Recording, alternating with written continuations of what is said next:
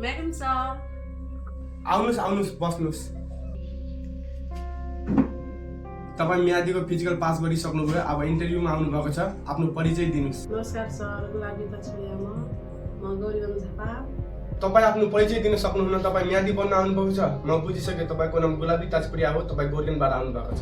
हजुर सर, म गुलाबी पछुडिया म म्यादी बन्न। तपाईँ के गर्न सक्नुहुन्छ त?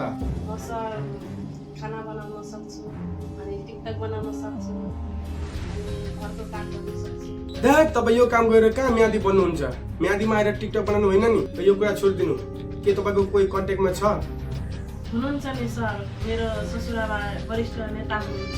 ल त्यसो भए तपाईँको सिलेक्ट भइसक्यो। अब जे कुरा हुन्छ तपाईँको ससुराबासँग हुन्छ।